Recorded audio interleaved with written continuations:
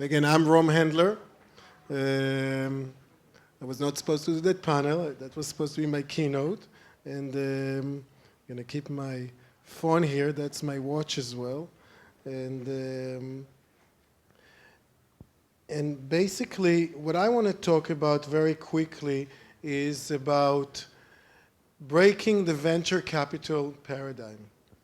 And this presentation, again, due to technological system between adapting Mac with PC, I had to convert it to a PDF, so it is what it is. The content is there, but all the bells and whistles are not.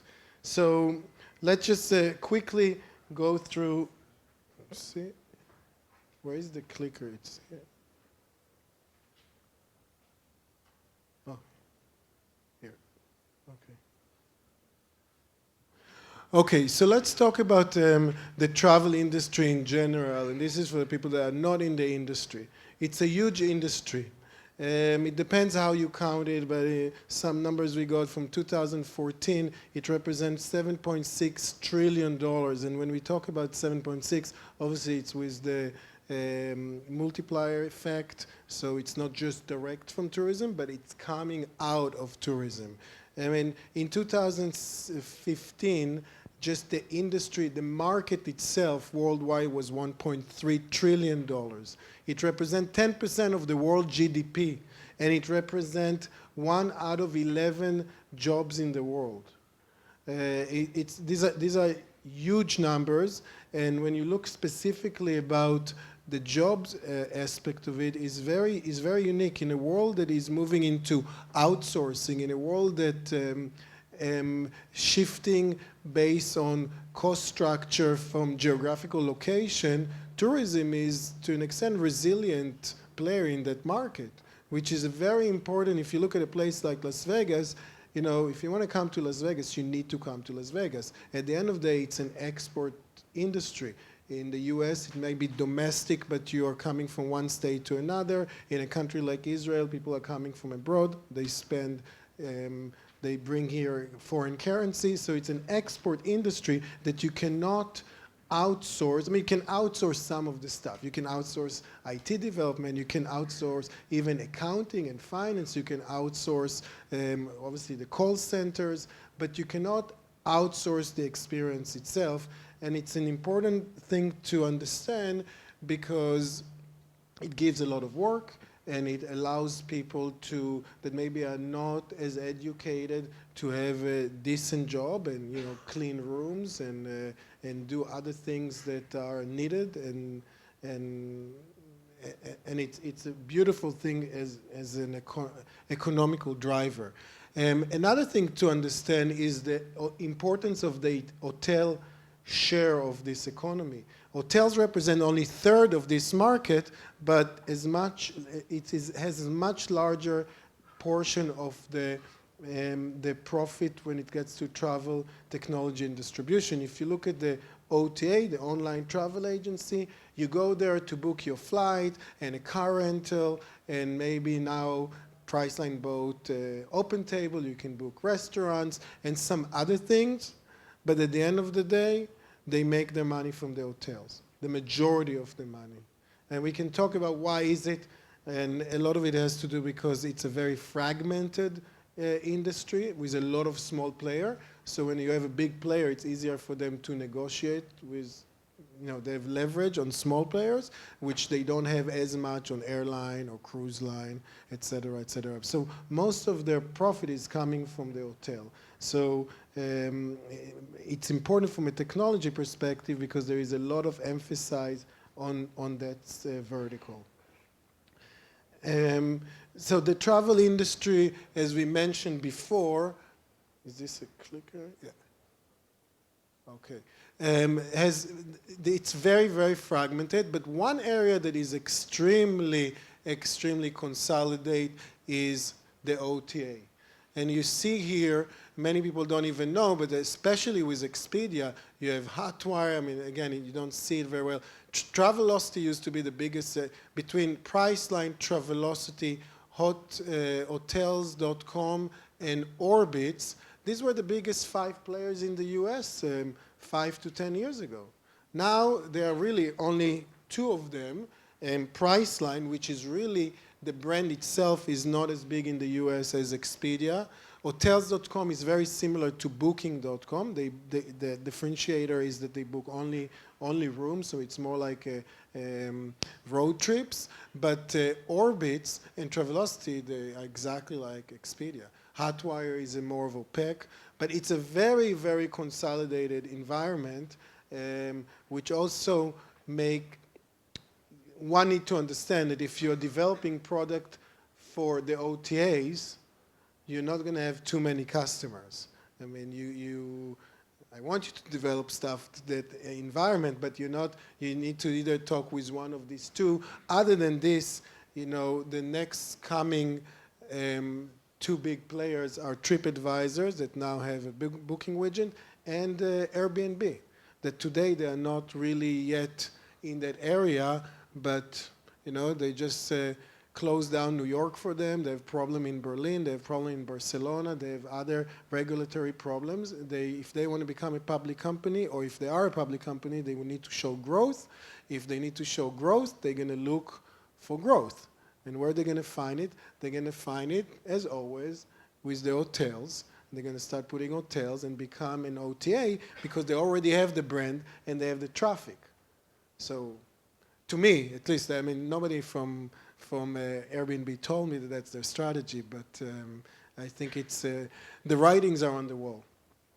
So if you look at the landscape of startup, when we talk about travel industry, it's everything. You have the horizontal and you have the vertical. So vertical will be hotel, will be lodging, it will be airline, it will be ground services, car rental, cruise line, theme park, integrated resort, casino, where I come from, my background, et cetera, et cetera. The horizontal are more like services like e-commerce, fintech, so financial solutions, et cetera, et cetera. So you see here, you have categories like peer-to-peer on ground transportation, lodging deal is like a last minute, or the Katishim here.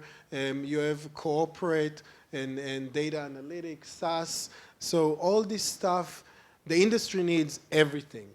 And we just want to make sure that things are customized and purposed and specified for the needs of the industry.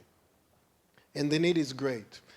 When you look at travel tech funding, and this information we just got from the Focusrite group, in 2015 and to the first quarter of 2016, investment in travel tech doubled itself. There was a graph there. They tracked everything. They tracked 1,200 companies, digital companies from around the world, from 2005 till Q1 2016, and the numbers are staggering and they are increasing by the minute.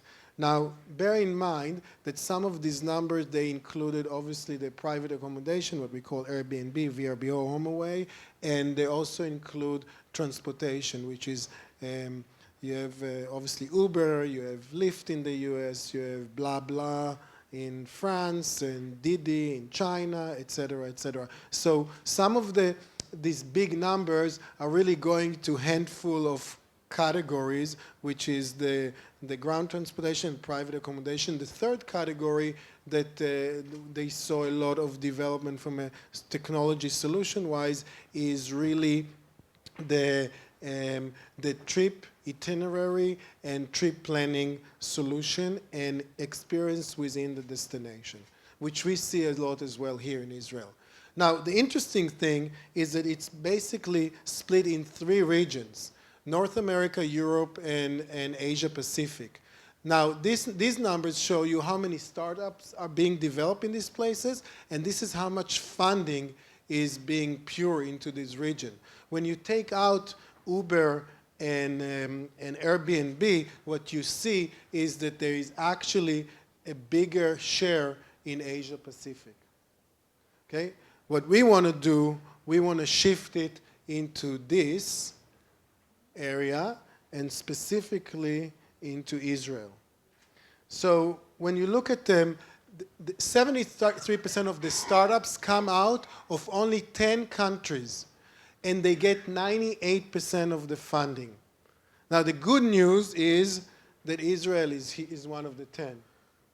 The bad news is that Israel is one of the 10, but on the bottom part of it. Now, it does get its share fair, meaning that if there are 300 startups that are doing solution in travel, you do get your fair share from a funding perspective, but fair share is not good enough. You need to do much more than get your fair share in order to excel and say, no, we need to be much higher here and get much more funding. Therefore, there will be way more solutions, and that's what we are trying to do. So why is it that the industry is so antiquated? And we talk a little bit about the past session, and we talk about the old system and all kind of things. But I took these pictures because, when was it? I think like last March we went skiing, and we went with the family skiing in a chain, an international chain that will stay nameless, that does not operate in Israel, but it's a French chain, and it's an all-inclusive. And I will let you decide. Anyway, it was in St. Moritz, which if you've been to Switzerland recently, it's not cheap. Their currency is extremely expensive. Just taking the bus there with my family, I thought I need to mortgage my house. So it's really expensive. Now, the hotel was nice. It was not, it's all-inclusive. It was very nice. But this is the key we got. We got a key. I mean, this is not the origin. I mean, it's not the actual key, but it was a key with a keychain with the room number on it.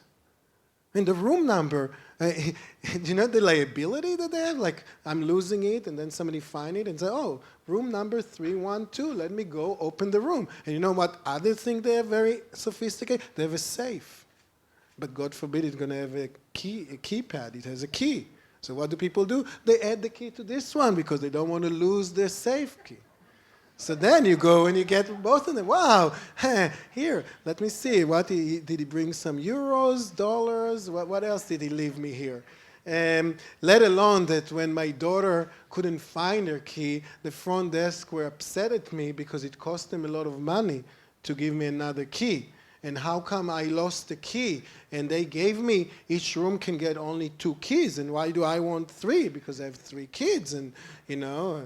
And again, I'm telling you, I mean, it's very funny, and my wife doesn't like to go with me on vacation anymore because I look at it as work, and I, check-in is half an hour, I ask him all this question, and I tour the hotel and check the maintenance, et cetera, et cetera. But it's important to understand that I I was shocked, I didn't see something like this, I don't know, since the maybe early 90s, which is, I was shocked. But you need to understand that from an experience perspective, and we talked a little bit about Ned, if you're the operator, there isn't much you can do. So you get a very aggravated customer, it hurts your performance. You need to have a very nice review on TripAdvisor, but you don't always get the tools. And there are many examples like this.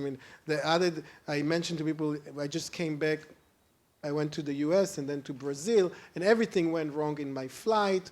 They was late, the other flight was canceled, I missed my connection, they lost my luggage, they found my luggage 3 weeks later, half of it was stolen, but they were very good. They sent me a $200 voucher by mail. And when I actually tried to use it on their site, obviously you couldn't, so I called. So they said, okay, yeah, put me on hold for about half an hour, and I'm not exaggerating. This was this week. And then after they booked it, they told me, no problem, you need to mail it back to us, and it has to be post-stamped 12 days before departure, and then it will be confirmed. And I said, I'm in Israel. Do you know the post office there? I sent an invitation for my son's bar mitzvah, nobody showed up. Maybe it was not the reason, but people did not get the invitation. And that's what they do. So the industry is full of small players, has many different systems that, Stefan mentioned it, has lack of worldwide technology standards.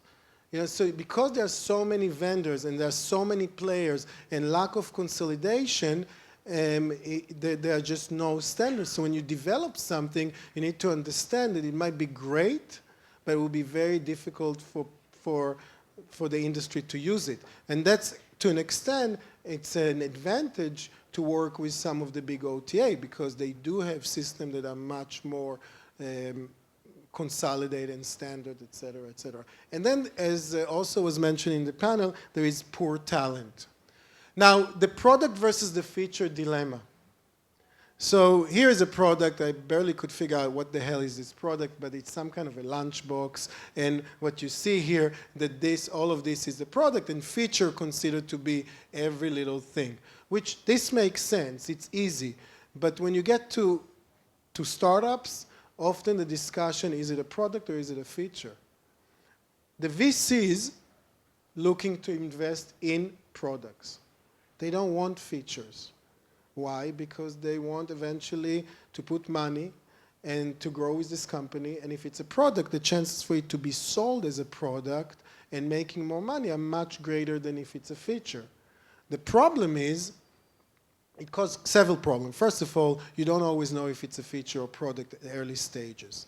You can start, if you look at Priceline started with name your own price, which was an innovation and different. And today they're actually getting away from it, and they are a completely different company. And there are many startups that started this way.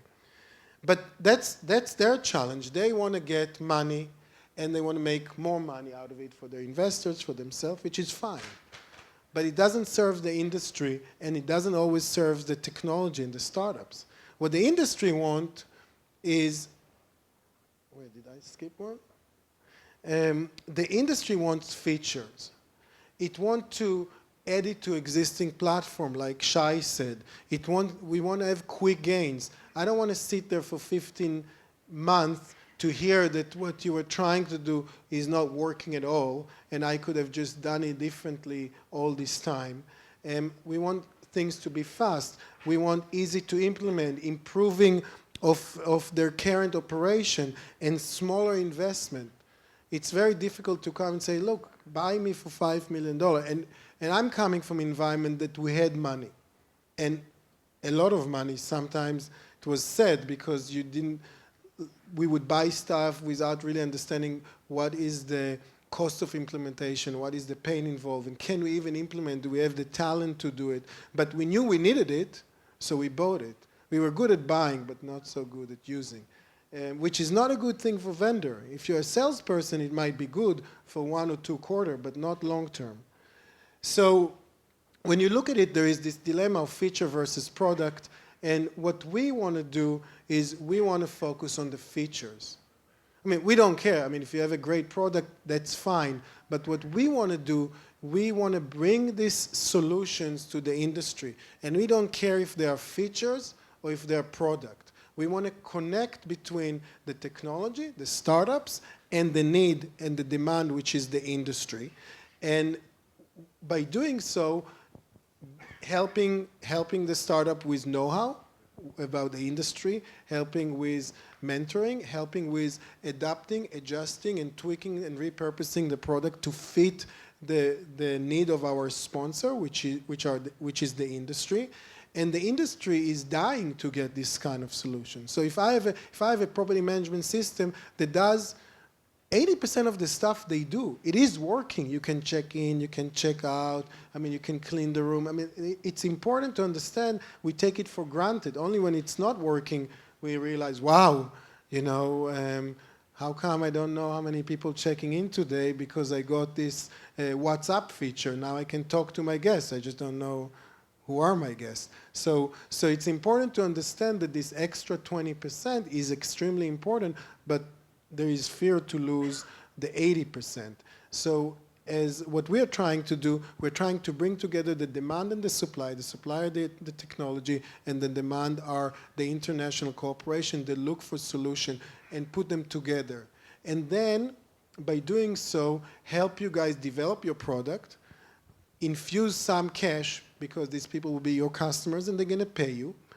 Obviously, going to expose you to an international market, and ideally, you already work with some of our local partners, so it's not the first thing. And then it is much easier to raise money.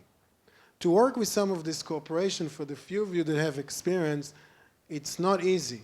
It's not easy to get there. It's not easy to get to the right person. And even if you get to the right person, they still might be the wrong person. They just happen to be the person in the job, but they might be the wrong person for the job. So it's, and these are very big organizations.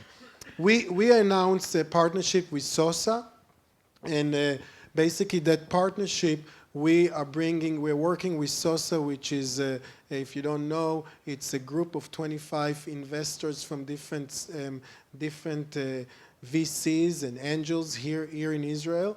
And what we're going to do is we're going to create travel tech innovation zone. We're going to bring some international companies, 4 or 6 of them, and we will choose handful of startups that have solutions that fulfill the needs of this sponsor, and we will help them commercialize it. So it's not an accelerator and it's not an incubator. You can come at any stage of your cycle. It can be a more mature company or an earlier stage company, but we basically going to help you to bring it to a proof of concept and bridge the pain of working with this corporation and translate some of the needs and help you bringing your product to a level that eventually can be sold to other partners or other companies. And from there on, can raise money, and maybe some of this company will invest in. So anyway, very quickly on this, we believe that travel tech is the new black. We believe that travel tech is the thing to happen, specifically in Israel. You know, cyber is fine, fintech is fine, but we think the potential is in travel tech, and we think that the industry is ready for it. But because of what I mentioned before, because of the OTA and TripAdvisor and Airbnb, the industry wants it, which is not to take for granted. It was not the case 5 years ago with most companies.